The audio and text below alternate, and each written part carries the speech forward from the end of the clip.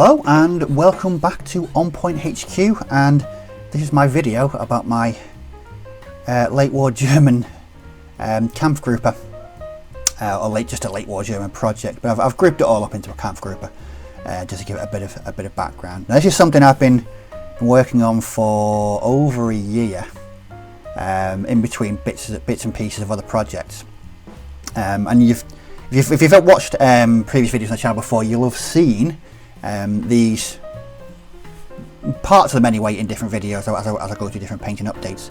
I've actually finished and painted everything that I've got for the Germans, so I thought I would do a video just to showcase and outline exactly what I've been up to over the past year, and also a warning of how a project that starts off reasonably sensible can get out of hand really very rapidly. I think this is a good example of that. Points wise, I'm calling it 4,500 points. Now, how have I reached that figure? I've gone through each individual unit and added it up how I would normally take it in a game of bolt action. Now, I like to run veteran sections when I play bolt action, because I like my troops to do what I tell them to do and not get shot, which is always a great benefit when you're playing bolt action, but that's my view anyway. Yes, it costs me a bit more points and I'm normally outmanned and outgunned, but it's just the way I like to run bolt action. So where I can take a section as veteran, I'll have taken it as veteran. If not, so for the likes of the Osttruppen and the Luftwaffe Field Division, they're taken as inexperienced. Actually, I think that the Luftwaffe might be green. I'll have to check that. But where possible, everything has been taken as veteran or as close to veteran as possible. So what I'm going to do now is show you a bit of a bird's eye view footage of the entire project. Then after that, it'll be more back to the desk and a few better photographs of what comprises the individual units. So I shall see you all in a little bit. Okay, so this is just a sort of bird's eye view of the well, I'm saying it's completed for now. It's probably going to grow at some point in the future, but I'll do a very quick run over of what we've got here, and then I'll put some better photographs on screen and a bit of a run through at what comprises the entire project. So left to right, we've got 2 Panthers, a Stug 3. This is the mortar and medium machine gun support, along with it counts as Panzerschreck. It's actually a looted bazooka. Forward observation team. Going back up here, we've got a Opel Blitz truck, a Puma, a Maltia. Then to pan out a bit, we've got the rest of the infantry units. I think there's 10 infantry sections altogether. The one in front of you now is the scratch built or kit bashed Osttruppen, Fallschirmjager. Apologies, the light's really bad in here today because it's very grey in Cheshire here today, and I live in a shoebox with not much light, so apologies for that. As you can see, more infantry sections. That's my kit bashed Luftwaffe Field Division. That's the Pioneer section. We've got another Luftwaffe. No, it's Fallschirmjager.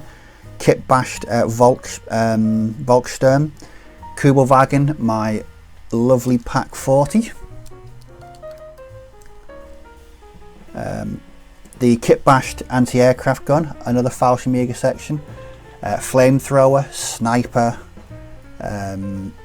SDKFZ/10, which is the star of the very first video on this channel. Hetzer, and then 2 Hanna mags for transport. So that, again, I apologise for the crappy camera work here, but that is the Kampfgruppe or Kampfgruppe in all its glory for now. So what I'll do is I'll set the camera back up and I'll go through the individual photographs of what makes up the Kampfgruppe. So see you soon.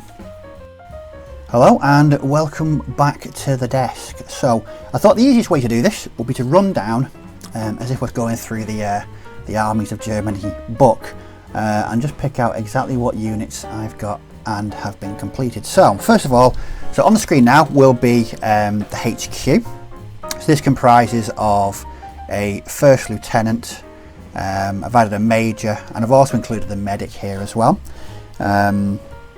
These are the standard figures. The major is from the SS blister with a plastic officer's grenadier head on there, and the lieutenant is just a bog standard Fallschirmjager with an officer's hat. So that's pretty much the HQ section. I've never run it with a major. I've always taken a first lieutenant, but in bigger games I hope to take him very soon. Up next we have the forward observation team, a flamethrower and a sniper team. The forward observation team is the SS version, and this has been painted up in SS P. camo. And the flamethrower and the sniper team, I think they were just from the starter box, the Fallschirmjager starter box that started this entire madness a few years back. But as you see, I've based them all on one base rather than two separate ones. It's just something I do, just for a bit of, I don't know, I like a bit of uniqueness to my army. I know some people base them separately, but I'm not that way inclined. So up next we have the Panzerschreck. Well, it's not the Panzerschreck, it's actually a looted bazooka. The reason for this is the Panzerschreck team that I got in the starter box. The dude holding it had a slightly melted face, and there was no way I was going to be able to use it. So I thought, maybe these guys have been out looting around Normandy and they've come across this bazooka. Counts as a Panzerschreck. No great shakes really. I'm pretty sure everyone would be pretty much comfortable with me using that. It's just a counts as or a stand-in model. Up next are two medium mortar teams. I've taken two in case I want to do multiple platoons in games of bolt action. As you can see, all based on one base. One's on a square base with a more scenic looking base than the other one, but they're both medium mortar teams. The mortar team, the Fallschirmjager one, the crew is actually kit bashed from bits and pieces from the Fallschirmjager and the Grenadier box. As I found the mortar from somewhere, I've got no idea where it came from, but I decided to need a crew for it, so they got a kit bashed crew. Up next is the medium machine gun support, 2. And I've mentioned in previous videos that I don't really take medium machine gun teams in games of bolt action. I'm not. Yes, you get the extra dice for the German national rule, but I don't think they do what they should do in real life, which is throw down tons of fire to suppress. They don't give enough pins. I don't think there's enough dice. That's just me being picky. But that's 2 medium machine gun teams for the support there. Now we're on to the infantry support. As I mentioned, I've got 10 infantry sections. And we'll start off with the core unit, which is 3 Fallschirmjager sections, and they'll be on screen now. 2 of these are made so they can be either made as veteran or as regular, and 1 section I've made purely as a veteran section, and these have been equipped with an all manner of looted allied weapons. I've done a video about them last year about how I put them together. So that's 3 Fallschirmjager sections. I could have ended it there, but no, the insanity continued. So up next is an SS section. First time I've attempted P. camo in 28mm, and I'm really happy with how that turned out. I was given the recipe or the formula by the very talented Andy Zek. I mentioned Andy before because his work is phenomenal, and he gave me the recipe for painting these SS, and they turned out really well. Actually, in December, this SS section won me a painting competition. Just quite chuffed about that. So that's just the plastic SS from the box by Warlord Games. Up next is a cobbled together kit bashed Pioneer section, again made from bits and pieces from the Grenadier and the UFMC box, with a kit bashed flamethrower. I've tried to keep the army as much plastic as possible, which is why I've done a lot of kit bashing. So that's the Pioneer section. Flamethrower, light machine gun, Panzerfaust, SMGs. That section's thrown out a lot of dice. Yet to use it, but I'm very looking forward to doing that. Up next is the Volksgrenadier section. This is where my kit bashing bug took over, and I seem to be kit bashing everything I could find in the book. Again, these are made up of bits and pieces from the Winter German box, the Grenadier box, USMC box, various bits and pieces all over the place. Again, never used them, but I hope to in the near future. But they were largely the first section that I really kit bashed. After that is the Osttruppen. I really like the idea of having an inexperienced. I think they might actually be green. I'll check the rules and clarify that section. One of those sections that you have virtually no control over. So I saw the Osttruppen, and I had a couple of sprues of Blitzkrieg Germans hanging around from the sprue sale from a couple of years back. So I used them. They're largely as is. A couple of bits and pieces from other boxes, but they're largely as is. I actually like painting the Blitzkrieg Germans. Quite an old box, but they were very versatile. No, enjoyed them. Up next is my kit bashed Fallschirmjager section. These are heavily kit bashed using all manner of kits.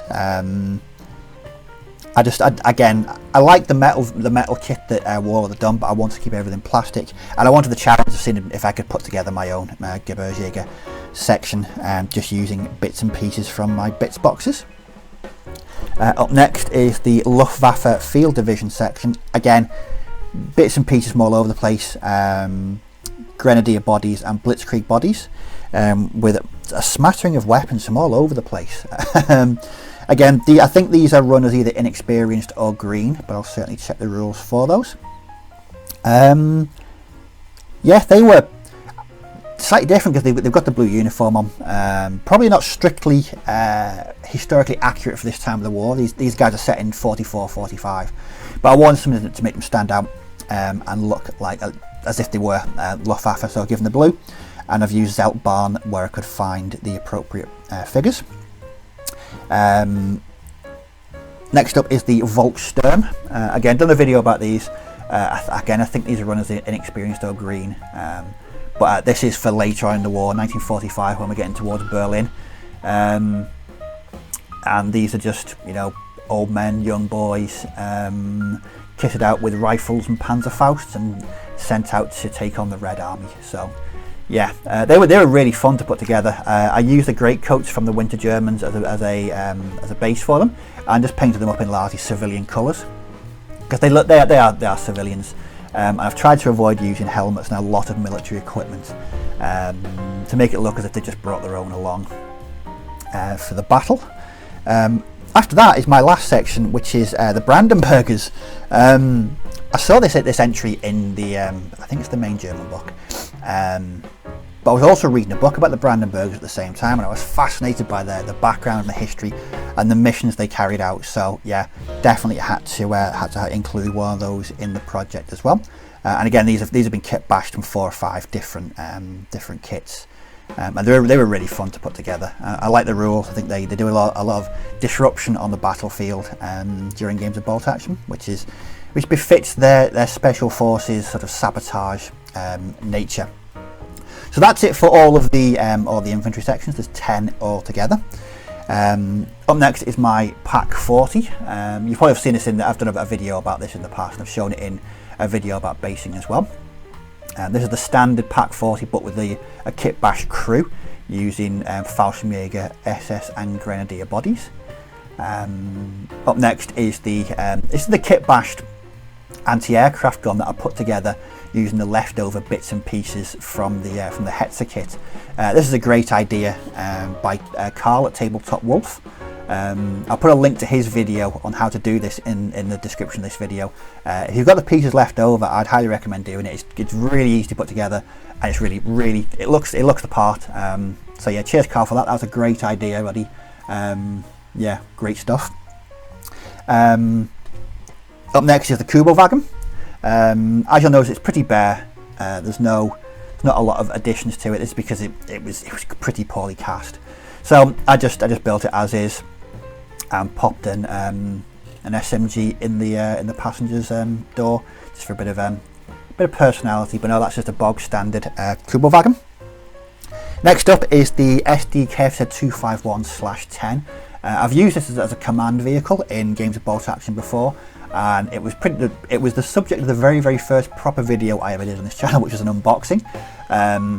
But that's the SD KFZ 251/10 with it's got a small anti-tank gun, but it operates as a command vehicle as well.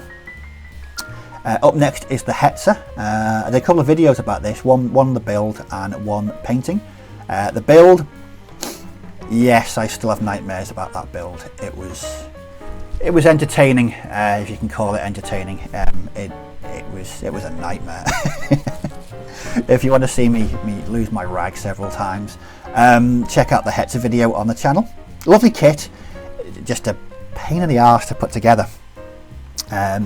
Next up is the Puma. Again, another lovely kit to put together. Suspension, yeah, that's a bit challenging. And I realised that I based all my vehicles. You're not actually ever going to see the suspension on this vehicle, so there's absolutely no reason for me to do it. But I put myself through the pain of the suspension and the axles. But no, lovely model. I've used that once, and it got taken out in one shot by a Japanese tank. So a rather auspicious start for its bolt action career. Up next is a Stug 3. This is one of the very first German vehicles I did, and I actually painted this with an airbrush, and I wasn't entirely happy with the camouflage, which is why I now paint or use a sponge to put my camouflage on. But that's a Stug 3, the cornerstone of any German army in my opinion. Here we have two 251s, two Hanemags. Again, straight out of the box, bit of stowage, hand painted camouflage. The idea with these is that I've got 4 transport vehicles so I can transport the majority of the infantry sections I take in any bolt action games. So after that is an Opel Blitz and a Maltier. Again, standard, just that straight out the box, not much kit bashing, in fact none on either of those. Standard in transport vehicles. I don't tend to go over the top with my transports because, one, I don't know whether I'm going to use them, and two, they generally tend to get destroyed in games of bolt action.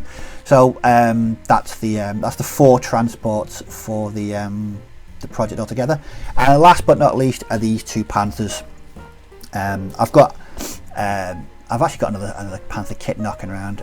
The other half of On Point On Cue Ian very kindly gave me 2 Panther kits that he had lying around. So cheers for that, mate, much appreciated. So these are the 2 Panthers that I have in the project. Points wise, very expensive, especially if you're a veteran. And I've never taken one yet, but I'd love to do one for just do it. I'm planning on doing a late war tank platoon using this, add a few bits and pieces, and they will be the cornerstone. So that is it, my friends. That's the fruit of my labour over the past year. I've done bits and pieces before that, but the past year is when I really went to town on this and really started concentrating on getting it completed. But that's it. This will be put away, taken out for games of bolt action. I really want a late war game of bolt action. I've got a mate that's got a late war US airborne army. I might have to get him round to the dungeon and coerce him into having a bit of a late war game of bolt action with me. I'll look at filming that. But that's it. Yeah, I'm pretty made up. This is the first time I've had it out as one project, and I'm actually amazed at how much I've actually got through.